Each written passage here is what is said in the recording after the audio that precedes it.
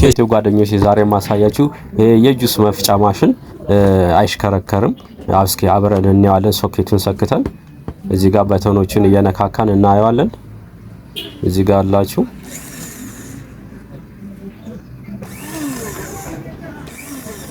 ከሰካሁት በኋላ በተኑን ስነካው ውስጥ ነው የሚሽከረከረው።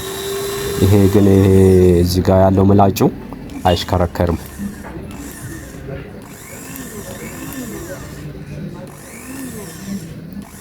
ውስጥ ነው የሚሽከረከረው እና ችግሩ ምን እንደሆነ አብረን ከፍተን ፈተን እናየዋለን። ከዛ እንደዚህ ዞር አድርገን እናውጣውና አያችሁ እዚህ ጋር ተበልታለች። እዚህ ጋር ፕላስቲክ አለች። እቺ ፕላስቲክ ተበልታለች። እስኪ ቼክ እናርገው። ምላጩን አያዞረውም። ፕላስቲኳ ብቻ ነች የምትዞረው። አያችሁ እና እዚህ ጋር ለቋል። እስኪ ከፍተን እናየዋለን። ከዛ ምንድነው የምናደርገው? መጀመሪያ እዚች ጋር ፕላስቲክ እቺ ቀለበቷ አለች። እቺን ቀለበቷን እናወጣታለን። እንደዚህ ያዞርን ቀስ ብለን እንዳትበጠስ። እንደዚህ በቀላሉ ካወጣን በኋላ እዚህ ጋር ሁለት ብሎኖች አሉ። እዚህ ጋር አያችሁ፣ አንድ እዚህ ጋር፣ ሁለት እዚህ ጋር የተደበቁ ብሎኖች አሉ። ብሎኖቹን እንፈታለን። እንደዚህ ቀስ እያለን ብሎኖቹን እንፈታለን።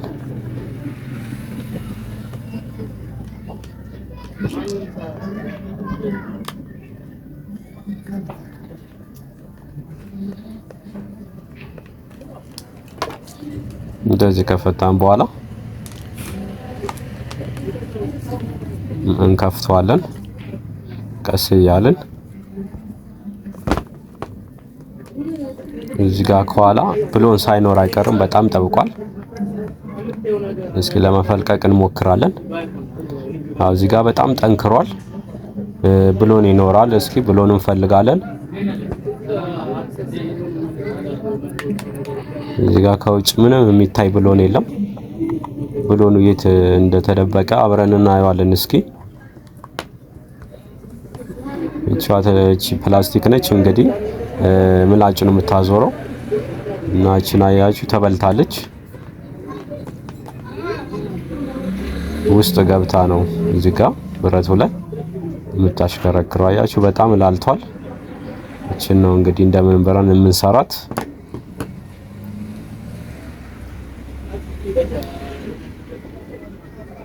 በጣም ተበልታለች። ይሄን እንደምንም ለመክፈት እንሞክራለን። እዚህ ጋር አያችሁ በተኑ የላይኛው አንደኛው በተን፣ እዚህ ጋር ደግሞ ሁለተኛው በተን አለ። እሱን ከፍ ማድረግ ነው። በቃ አያችሁ ጫን ስትሉት ይወጣል እንደዚህ በቀላሉ። ከዛ በኋላ ይሄን በስርዓት እናስቀምጥና እዚህ ጋር በተኑ ስር የተደበቀውን ብሎን እንፈተዋለን። አያችሁ አንድ ብሎን አለ። እቺን ብሎን ፈተን ደግሞ እናየዋለን።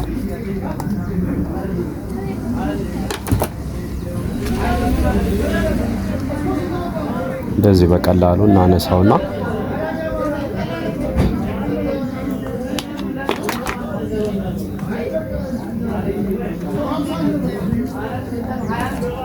እዚች ጋር በስርዓቱ ጎምኒዎቹን አስቀምጠን በደንብ እናየዋለን።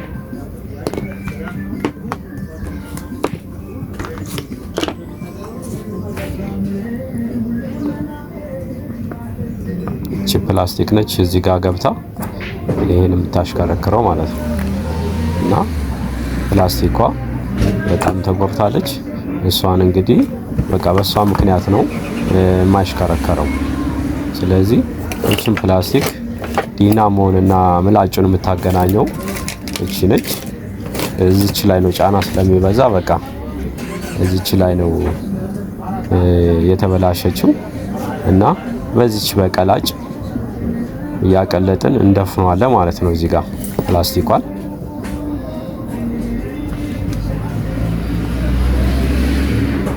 እንደዚህ ቁጭ እናደርገውና እቺም ማቅለጫዋን እናቀልጣታለን።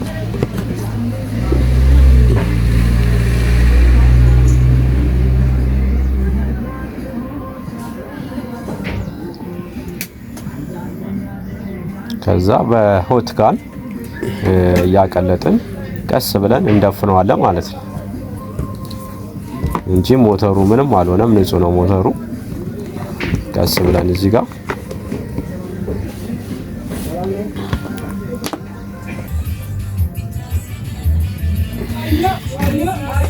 እንደዚህ ድጋፍ እናደርግለትና እንዳይንቀሳቀስብን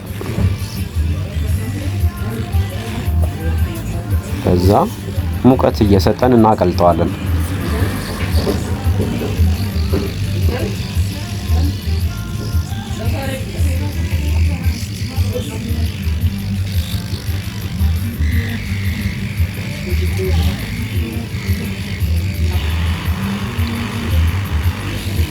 እንደዚህ ሙቀት እየሰጠን የተጎዳው ቦታ ላይ እንደፍነዋለን ማለት ነው።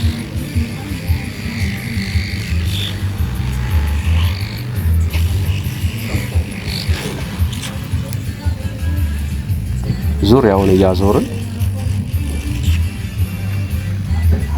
እንደዚህ እንደፍነዋለን እና እቺ ማጣበቂያው በደንብ ነው የምትይዝልን።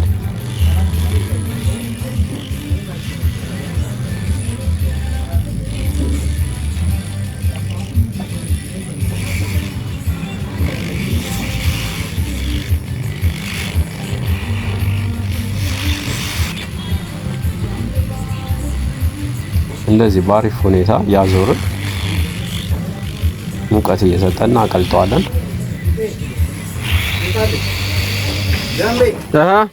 አማን ነው ካርሎስ። ዝም በይችን እየሰራን ምንድን ነች? ዲኮደር ተቃጥሎ ነው። በቃ አስቀምጪውና ይሾፈዋል። እሺ እሺ ዛሬ መጣላ ያው አይዋል እንደዚህ ባሪፍ ሁኔታ እናያይዘዋለን። ከዛ የማሏን እንዳትደፈንብን ከፈት ከፈት እናደርገዋለን።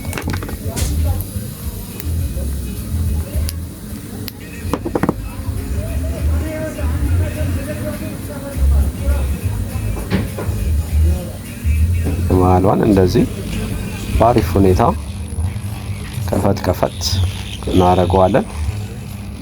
እንደዚህ ደግሞ አስተኝተን ደግሞ ጎኑ ላይ እንደዚህ ቀላጩን እናደርግለታለን በደንብ እንዲዝልን።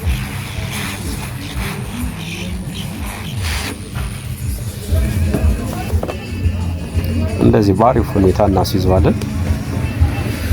ከዛ እቺን ጎሚኒዋን ጎንና ጎኑ ላይ እንዳይነቃነቁ ወደ ቦታው እንመልሰዋለን።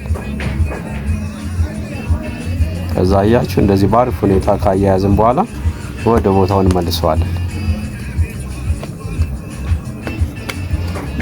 በዚች ፕላስቲክ ጎሚኒ አማካኝነት ነው እንግዲህ አልሽከረከር ያለው እና እቺ አሁን ወደ 600 ብር 700 ብር ነው የምትሸጠው እቺ ፕላስቲኳ ብቻ።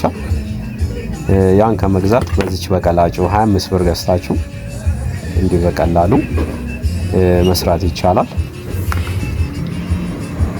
600 700 ብር ከማውጣት በ25 ብር በዚች ቀላጭ መርካቶ አለ ገዝታችሁ በቀላሉ እንደዚህ ማያያዝ ይቻላል። ከዛ ሁሉንም ቀስ እያልን ወደ ቦታው እንመልሰዋለን።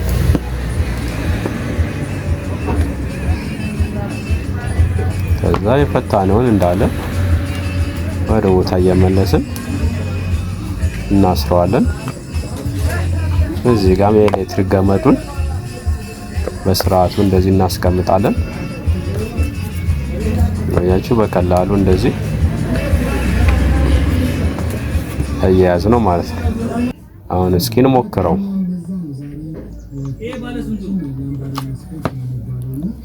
ሶኬት ሰክተን እንሞክረው።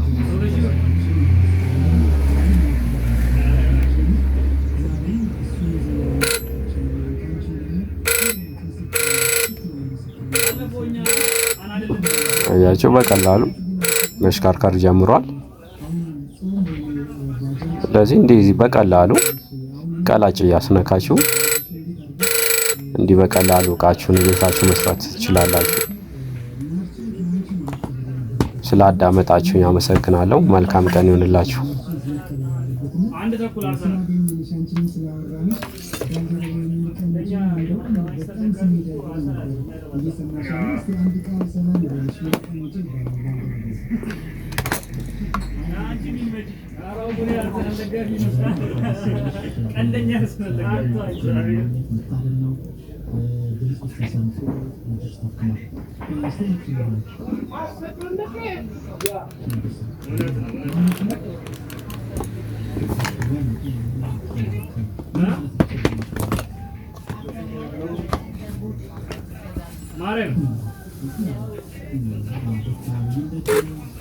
አሁን አሳውቀኝ የምትመጣ ከሆነ እዛ የሆነ ሜዳ አለ እዛ ወደ ወሎ ሰፈር አካባቢ